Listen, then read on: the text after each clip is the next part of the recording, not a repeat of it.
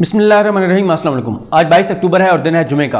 बात कर लेते हैं कि पिंडी से कोयटा तक सियासी महाज जो है वो गर्म हो चुका है। पीडीएम ने सड़कों पर आने का ऐलान किया, सड़कों पर वो आए, आज भी वो सड़कों पर आएंगे। दूसरी तरफ टीएलपी ने धरना दे दिया लाहौर में और आज इस्लामाबाद की तरफ लॉन्ग मार्च करने का, रावलपिंडी इस्लामाबाद की तरफ लॉन्ग मार्च का वो ऐलान कर चुके हैं। फिर इसी तरह से बलूचिस्तान में तहरीक अदम एतमाद पेश हो गई जाम कमाल साहब के खिलाफ। उसके बाद पंजाब में भी उस्मान बुज़दार साहब के खिलाफ तहरीक अदम एतमाद लाने और इन्हें उस तब्दीली की बातें हो रही हैं। फिर इसी तरह से पीडीएम कह रही है कि हम लॉन्ग मार्च करेंगे और लॉन्ग मार्च जब हो रहा होगा तो उस वक्त नवाज शरीफ जो है वो पाकिस्तान वापस पहुंच सकते हैं। तो इन तमाम चीज़ों को जो जोड़ा जा रहा है वो सिविल मिलिट्री तल्लुकात के साथ जोड़ा जा रहा है कि क्योंकि इमरान खान, क्योंकि ये मफरूज़ों की बुनियाद पर, अफवाहों की बुनियाद पर, ज़राए से आने वाली खबरों की बुनियाद पर ये इस्टेब्लिश कर दिया गया है कि इमरान खान और फौज की लड़ाई हो गई है, तो इमरान खान जो है वो घर जा रहे हैं, फारिग हो रहे हैं और इन तमाम चीज़ों को उनसे जोड़ा जा रहा है। किसको जोड़ा जा सकता है, किसको नहीं जोड़ा जा सकता है, इस पर बात करते हैं। 16 अक्टूबर को पीडीएम का फैसलाबाद में जलसा होता है। 17 को 24 घंटे के अंदर अंदर पीडीएम का हंगामी इजलास बुलाया जाता है। हंगामी इजलास बुलाकर कहा जाता है कि क्योंकि महंगाई बहुत ज़्यादा हो गई है तो हम जो है वो सड़कों पर आने का ऐलान करते हैं। जैसे ही 12 रबीउल अव्वल ख़त्म होगा तो हम सड़कों पर आ चुके होंगे। इसके बाद क्या होता है, 18 को फिर पीडीएम का सरप्राइज इजलास होता है। 18 का इंतजार नहीं किया जाता, भाई 16 को जलसा हुआ, 18 को सरप्राइज इजलास है, उसमें तय कर लीजिएगा, नहीं। 17 को इमरजेंसी में आके ये ऐलान किया जाता है, मैसेज कहीं पर दिया जाता है कि जी अगर कोई क्राइसिस चल रहा है, अगर आपकी हुकूमत के साथ लड़ाई चल रही है तो हम हाजिर हैं, हम अनरेस्ट करने के लिए, हम सड़कों पर इंतशार के लिए, हम जरा हलचल के लिए हम आ रहे हैं सड़कों पर। यानी हम सड़कों पर आ रहे हैं, लेकिन अगर कोई इंतशार पैदा करना है, कोई क्योस पैदा करना है तो हमें हुक्म करें, हम हाजिर हैं। ये बेसिकली पैगाम था। अच्छा, उसके बाद 1 जून का दिन था, 20 तारीख को पहला दिन था एहतजाज का। उस पर मैं अलग से आपको उन सहाफियों की ज़बानी बताऊंगा जिनको वो न्यूट्रल समझते हैं, वो क्या कहते हैं। उसके बाद क्या हुआ जनाब कि पीडीएम तो खैर चल रहा है, चलता रहेगा। ये 2 हफ्तों के लिए वो आए सड़कों पर, क्योंकि उनको पता है कि 2 हफ्तों में पता चल जाएगा हमें कि सिविल मिलिट्री के दरमियान क्या चल रहा है। अगर हमें कोई इशारा होता है तो हम मजीद तहरीक आगे ले जाएंगे, इशारा नहीं होता तो पुरानी तनख्वाह पे काम करते हुए वापस घरों में चले जाएंगे। अब आ जाए जनाब कि बलूचिस्तान में जो जाम कमाल साहब हैं उनके खिलाफ तहरीक अदम एतमाद पेश हो गई। अच्छा, जो लोग तहरीक अदम एतमाद को बलूचिस्तान में पेश होने वाली को मौजूदा सिविल मिलिट्री तल्लुकात से जोड़ रहे हैं, उनको फिर पता ही किसी चीज़ का नहीं है। और जो इसको जोड़ रहे हैं कि बलूचिस्तान में तब्दीली होगी, उसके बाद पंजाब में तब्दीली होगी, उसके बाद वफाक में इमरान खान फारिग हो जाएंगे, उनको पता ही नहीं कि बलूचिस्तान का असल मसला क्या है। बलूचिस्तान में जो तहरीक के अदम एतमाद पेश की है वो मेन जो नाराज अरकान हैं वो तो हैं बाप जमात, बाप पार्टी के अपने लोग हैं। तो ऐसा नहीं है कि अपोजिशन की कोई वहां पे चाल कामयाब हुई हो, अपोजिशन तो एक्सपोज हुई है। क्योंकि हम देखते हैं कि मौलाना फजल रहमान और ये सब लोग हमें क्या कहते हैं, ये कहते हैं जी हम इक़्तिदार के लिए नहीं निकले हुए, हम जिहाद पे निकले हुए हैं, हम तारीख बदलने के लिए निकले हुए हैं। ये लोग ये कहते हैं कि 70 साल में पाकिस्तान में जो हुकूमतें आती हैं वो फौज की मदद से आती हैं, वो फौज लाती है। ये लोग ये कहते हैं कि क्योंकि हम ये चाहते हैं कि अब फौज का खेल खत्म होना चाहिए, इसलिए हम ये तहरीक चला रहे हैं। अगर आप तहरीक इक़्तिदार के लिए नहीं चला रहे और फिर आप ये भी कहते हैं कि हमें 2 साल की हुकूमत की जरूरत ही नहीं है, अब हम फ्रेश इलेक्शन होने चाहिए, शफाफ इलेक्शन होने चाहिए, तारीख बदलनी चाहिए, फौज की किरदार खत्म होना चाहिए, तो फिर आप वहां पे बाप को सपोर्ट क्यों करें। आप तो इल्जाम लगाया करते थे कि बाप फौज ने बनाई है, आप तो इल्जाम लगाया करते थे कि बाप का बाप कोई और है। तो फिर आप बताएं कि आपका फिर जो आप किसके कहने के ऊपर गए हुए हैं, बाप के साथ जो है वो आप वहां पे सपोर्ट कर रहे हैं जो मौलाना फजल रहमान की जमात है। तो ये इक़्तिदार में निकले हुए हैं। मैं इसलिए कहता हूं कि खुदारा मौलाना फजल रहमान साहब, आप अपनी सियासी जद्दोजहद को, आप अपने दुनियावी मफाद को, आप अपने सियासी मफाद को, आप इसको इस्लाम से मत जोड़ा करें, आप इसको जिहाद मत कहा करें। जब कोई जिहाद पे निकलता है तो वो खुफिया मुलाकातें नहीं करता, वो डीलें नहीं करता, वो परफ्यूम की गिफ्ट नहीं लेता, वो वापस नहीं जाता। जिहाद पे निकलने वाले तो या शहीद होते हैं या कामयाब होते हैं, तो वो तो वापस नहीं जाते। आप आते हैं, डीलें करते हैं, वापस चले जाते हैं, मुलाकातें करते हैं, वापस चले जाते हैं। फिर आप कहते हैं हमने कच्ची मट्टी पे पाँव नहीं रखे, कच्चे हमने खेल नहीं खेले। तो आप जो है वो इसलिए डंके की चोट पर कहा करें कि हमारा एक दुनियावी मफाद है, हमारा सियासी मफाद है। जाहिर है जब आप इक़्तिदार में रहते हैं, कोई भी जमात हो, उसको फिर सरकारी गाड़ियाँ कहाँ भूलती हैं, उसको मुफ्त का डीजल और पेट्रोल कहाँ भूलता है, उसको सरकारी बंगले कहाँ भूलते हैं, उसको मीठी लस्सियाँ कहाँ भूलती हैं, उसको सरकारी बाहर के दौरे कहाँ भूलते हैं, उसको अपने घर के सारा किचन सरकारी खर्चे से चलाना कहाँ भूलता है, उसको लोगों को जो है वो नौकरियाँ देने के ऊपर जो है वो जो पैसे लिए जाते हैं वो कहाँ भूलते हैं। फिर कुछ लोग तो जो है वो उसका तरीका ये अपनाते हैं कि जी आपको नौकरी मिल जाएगी, आप फलां मदरसे में पैसे देके और वो पर्चे में ला दें तो इस तरह से भी हलाल रिश्वत जो है वो रिश्वत को हलाल रिश्वत तो नहीं कह सकते, अस्तगफिरुल्लाह, रिश्वत को हलाल तरीके से लेने का ये एक तरीका जो है वो घटिया तरीका अपनाया जाता है। तो इसलिए आप खुल के कहा करेंगे हमारा दुनियावी मफाद है, ज़ाती मफाद है और हम उसके लिए जो है ये सारा कुछ कर रहे हैं। अच्छा, अब वहाँ पे जो तहरीक अदम एतमाद पेश हुई है उसमें मसला ये है कि जो तहरीक अदम एतमाद पेश करने वाले हैं उनका दावा है कि हमारे साथ 40 लोग हैं।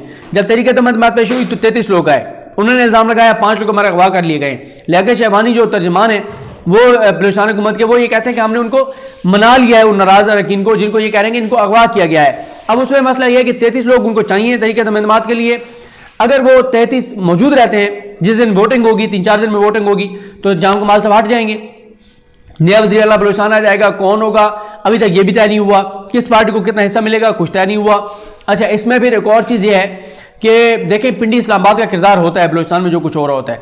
यानी अब एक तो ये हो सकता है ना कि ठीक है जाम कमाल जाएंगे भी, आनी तो बाप की हुकूमत ही है, यही लोग होंगे सारे इक़्तिदार में, लेकिन इंपॉर्टेंट होता है बलूचिस्तान पिंडी इस्लामाबाद के लिए इंपॉर्टेंट इसलिए होता है कि बलूचिस्तान हमारा सबसे हसास इलाका है। बलूचिस्तान हसास इलाका है। आप देखें वहाँ पे TTP को देख लें, भारत की मुदाखलत देख लें, वहाँ बलूच जो नाराज़ रहनुमा है उनकी चीज़ें देख लें, बाहर से बैठ के वो क्या करते रहे हैं, माजी में क्या कर रहे हैं। भारत ओपनली कहता है कि हमने बलूचिस्तान को पाकिस्तान से अलग कर रहे हैं, भारत ओपनली कहता है कि हम वहाँ पे फंडिंग कर रहे हैं, वहाँ से कुलभूषण पकड़ा जाता है। फिर वहाँ पे ज़ाहिर है महरूमियत भी है, और जहाँ पे महरूमियत होती है वहाँ पे लोगों को एक्सप्लॉइट करना आसान होता है। क्यों महरूमियत है? आप ये देखें कि जब बलूचिस्तान में बैठा हुआ पाकिस्तानी जो हमारी तरह का बराबर का पाकिस्तानी है, जब वो पाकिस्तानी बैठ के देखता है कि लाहौर में जो है वो मेट्रो चल रही है, पब्लिक ट्रांसपोर्ट चल रही है, इस्लामाबाद में पिंडी में देखता है, पेशावर में BRT देखता है, यहाँ की चीज़ें देखता है, पिंडी इस्लामाबाद कराची में तो खैर उस तरह की चीज़ें नहीं है, कराची को भी महरूम रखा पीपल्स पार्टी ने पब्लिक ट्रांसपोर्ट और इन सारी चीज़ों से, लेकिन लाहौर इस्लामाबाद और आप पेशावर की चीज़ें देखते हैं।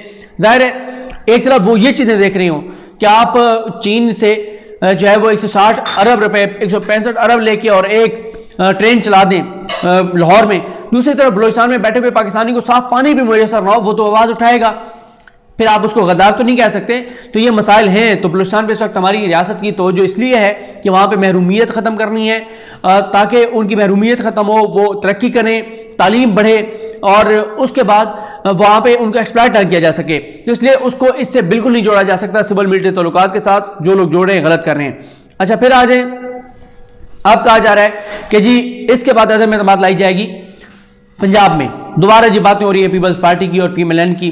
बात यह है, एक तरफ तो आप कहते हैं कि हमने उस्मान बुज़ार की हुकूमत नहीं करने देनी, हमने इमरान खान को सियासी शहीद नहीं बनने देना, ये हुकूमत गिर भी रही होगी तो हम कोशिश करेंगे हुकूमत चले।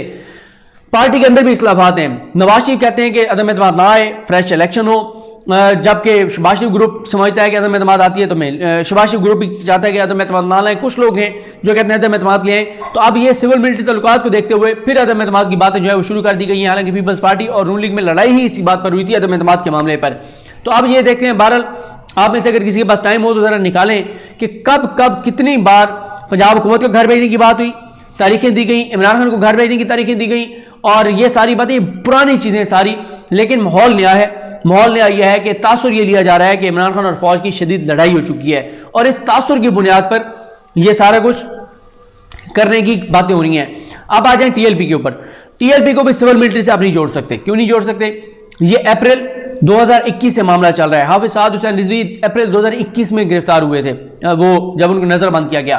फिर अगर तो ये रियासत का मामला ना होता, ये सिर्फ हुकूमत के खिलाफ होता, तो अब तक मीडिया की लाइव ट्रांसमिशन इसके ऊपर हो रही होती, क्योंकि इस वक्त मीडिया जितना खिलाफ हो चुका है इमरान खान साहब के 70%, उस मीडिया की कोशिश होती है कि हम इसको सबसे बड़ा इवेंट बनाकर और इमरान खान पूरे मुल्क में आग लग जाए और इमरान खान की हुकूमत खत्म हो जाए। क्योंकि जाहिर है मीडिया तो चाह रहा है कि जो कोई इमरान खान के खिलाफ हो उसको वो हीरो बना दें, लेकिन वो मीडिया नहीं अगर दिखा रहा तो इसका मतलब है कि ये रियासत का मामला है, इसको आप सिविल मिलिट्री के साथ नहीं जोड़ सकते। फिर अदालतों में मामलात हैं। सुप्रीम कोर्ट का फैसला कल मैं आपको बता चुका हूं, हाई कोर्ट का फैसला आज मैं आपको बताऊंगा कि हाई कोर्ट का फैसला क्या है। फिर जो PDM है वो अभी से बातें करें लॉन्ग मार्च की, और फिर अभी से कहना शुरू कर दिया गया राना सरोवर साहब की तरफ से कि अगर लॉन्ग मार्च हो रहा होगा उस मौके के ऊपर नवाज शरीफ जो है वो पाकिस्तान पहुंच सकते हैं। अच्छा, फिर ये तो होगी ये सारी चीज़ें जो इंटरनल चल रही हैं। अब मसला ये है कि इन सारी चीज़ों को जोड़ा जा रहा है सिविल मिलिट्री के साथ। सिविल मिलिट्री की सूरत हाल ये है कि परसों अदील वड़ाई साहब ने ट्वीट किया और अदील वड़ाई साहब, क्योंकि उससे पहले कुछ ट्वीट्स आ रहे थे जिसमें यह तासुर दिया गया कि पिंडी में मुलाकात हुई है, यानी नदीम अहमद अंजुम साहब की और आर्मी चीफ जनरल कमर बाजवा साहब की मुलाकात हुई है। इसी दौरान अदील वड़ाई साहब ने ट्वीट किया, उन्होंने ट्वीट करके कहा कि इस्लामाबाद में भी यहाँ मुलाकात हो गई, यानी इमरान खान साहब की और नदीम अहमद अंजुम साहब की भी मुलाकात हो गई है। उसके बाद फिर जो वो हैं अंसार अब्बासी साहब, उनकी कल स्टोरी भी आई। इससे पहले हमने देखा राजा फैसल साहब जो हैं ट्विटर पे बहुत एक्टिव हैं, वो भी बार बार लिख रहे थे कि 12-13 रबीउल अव्वल के बाद जो है ये तब्दीलियाँ सारी हो जाएंगी और नए आने वाले चार्ज संभाल लेंगे और जो मौजूदा हैं वो जहाँ नई जगह वहाँ पे चले जाएंगे।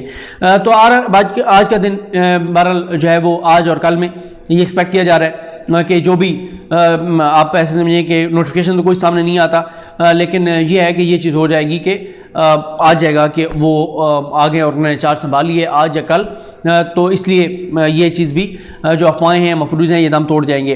अब रियासत के लिए इस वक्त चैलेंजेस क्या हैं? ये जो एडवेंचर की कोशिश कर रहे हैं सारे लोग, वो एडवेंचर फौरी तौर पे क्यों होता वो नज़र नहीं आ रहा, उसके ऊपर चैलेंजेस के ऊपर नेक्स्ट वीडियो में बात कर लेंगे। चले इसी में बात कर लेते हैं, मुख्तसर बात कर लेते हैं। वो इस वक्त रियासत के लिए चैलेंजेस क्या है? रियासत के लिए इस वक्त चैलेंजेस अफगानिस्तान सबसे बड़ा है। अफगानिस्तान के अंदर हालात आपके सामने हैं, अफगानिस्तान को दुनिया एक्सेप्ट नहीं कर रहा, अफगानिस्तान के जो बाहर पैसे बढ़े थे वो मुंजमद कर दिए गए अकाउंट्स। फिर पाकिस्तान में आप ये देखें कि डॉलर भी कुछ उसका असर इसलिए हुआ कि डॉलर अफगानिस्तान जा रहा है। फिर इसके बाद यह है कि पाकिस्तान और अफगानिस्तान के दरमियान आप देखें इस वक्त जो PIA की फ़्लाइट्स हैं वो बंद हो गई। फिर ट्रेड के काफ़ी सारे मामला हैं, पाकिस्तान की तरफ से हर चीज़ खुली है, उधर से कुछ इशूज़ आते हैं, उनके अपने कुछ मामला हैं, ज़ाहिर है उनके अंदर भी मुख्तलिफ ग्रोह हैं। फिर पाकिस्तान जो है वो पाकिस्तान के अपने कुछ जो है वो आप समझें कि वो हैं पाकिस्तान के मुतालबात हैं, लीगल डॉक्यूमेंट जिनके पास है वही आ जा सकते हैं। हाँ, जो बच्चे हैं, जो बीमार हैं, जो स्टूडेंट्स हैं, उनको फैसिलिटेट किया जाता है, लीगल डॉक्यूमेंट ना भी हो 24 घंटे उनको फैसिलिटेट किया जाता है। फिर पाकिस्तान के लिए सबसे बड़ा मसला यह है कि अफगानिस्तान के अंदर अगर खुदा न खास्ता कोई भी बदअमनी या मजीद कोई चीज़ होती है ख़राब, तो पाकिस्तान सबसे बड़ा उसका खुमियाजा भुगतेगा। पाकिस्तान में माजी में भुगता भी है। तो कल भी आपने देखा कि शाह महमूद कुरैशी साहब, DGSA जनरल फैज़ हमीद साहब, चेयरमैन नादरा जो हैं तारिक मलिक साहब, और इसी तरह से CEO जो हैं PIA के अरशद मलिक साहब, ये सब लोग गए और भी कंसर्न लोग गए, और मोहम्मद सादिक साहब और तमाम लोग जो हैं वहाँ पर गए। और मकसद यही है कि हमारे तल्लुकात बेहतरीन होने चाहिए। दुनिया को पाकिस्तान कह रहा है कि अफगानिस्तान को एक्सेप्ट करें, अफगानिस्तान की हेल्प करें। अगर अफगानिस्तान में खुदा न खास्ता हालात ख़राब होंगे तो हमारे लिए सबसे बड़ा मसला होगा। फिर इसी तरह से अमेरिका और चाइना आमने सामने हैं। पाकिस्तान चाइना का मेन इत्तेहादी है। CPEC जो है वो BRI का हिस्सा है। BRI को अमेरिका और G7 कंट्रीज उसका रास्ता रोकने की बात कर रहे हैं। फिर अमेरिका के सेनेट में पाकिस्तान के खिलाफ बिल पेश हो जाता है। अमेरिकी नाज़िम उमूर यहाँ पर एक्टिव है, मरीम से मिल रही हैं, बिलावल से मिल रही हैं, शहबाज शरीफ से मिल रही हैं, परवेज़ इलाही साहब से मिल रही हैं। तो ये सारे मामला जो हैं वो, फिर आप IMF के मामला देखें वहाँ पे चल रहे हैं। FATF में पाकिस्तान को ग्रे लिस्ट में अभी तक रखा गया है। यूरोपीय यूनियन कुछ और GSP स्टेटस की देखें आप, वो चीज़ें चल रही हैं। उसमें चौधरी सरवर साहब, परवेज़ इकबाल लौसा साहब, ये लोग एक्टिव हैं उस मामले को हल करने के लिए। तो ये रियासत के लिए इसलिए बड़े बड़े चैलेंजेस चल रहे हैं। इसलिए फिर TTP से हमने बात करनी है, किस हद तक बात करनी है, क्या होगा, अफगान तालिबान और अफगान हुकूमत के साथ हमारे तल्लुकात किस तरह से होंगे। तो इसलिए मेरा ज़ाती तौर पर यह ख्याल है कि ये जो मफरूज़ों के बुनियाद पर, ज़राए की खबरों की बुनियाद पर, सामने आने वाली खबरों की बुनियाद पर, मुख्तलिफ चीज़ों की बुनियाद पर जो एक तासुर ले लिया गया है और तय कर लिया गया है कि इमरान खान को घर भेजा जा रहा है, हुकूमत को गिराया जा रहा है, मेरा ज़ाती तौर पर यह ख्याल है कि अभी पाकिस्तान किसी ऐसे एडवेंचर का जो है मुतहम्मिल नहीं हो सकता। और ये जो खबरें हैं, बहरहाल ये तो आने वाला वक्त बताएगा कि दुरुस्त साबित होती हैं नहीं होती। उस्मान बुज़दार घर जाते हैं नहीं जाते, इमरान खान की हुकूमत घर जाती है नहीं जाती।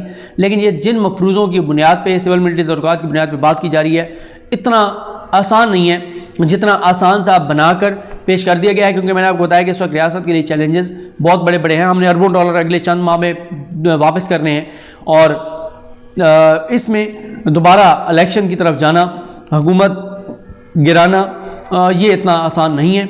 लेकिन पाकिस्तान में कुछ भी कहना हतमी नहीं होता, आने वाला वक्त ही फैसला करेगा क्या होगा। लेकिन मैंने आपको चंद चीज़ें बता दी। बलूचिस्तान में अदम एतमाद का मैंने आपको बता दिया, सिविल मिलिट्री तल्लुकात मौजूदा जो अफवाहें हैं उनसे कोई तल्लुक नहीं है, और साथ ही मैंने आपको बता दिया TLP का भी इस सारे मामले से कोई तल्लुक नहीं है। यही इस वक्त दो बड़े मेन इशूज़ हैं। बाकी PDM तो ज़ाहिर है वो उनका शुगल चलता रहता है, सड़कों पर आ रहे हैं नहीं आ रहे, लॉन्ग मार्च करेंगे नहीं करेंगे, इस्तीफे देंगे नहीं देंगे, अदम एतमाद लाएंगे नहीं लाएंगे। ये बहुत पुरानी चीज़ें हैं जो कि चल रही हैं। मुझे अपनी दुआ में याद रखें। अल्लाह करीम हम सब का हामी नासरो। अल्लाह हाफ़िज़।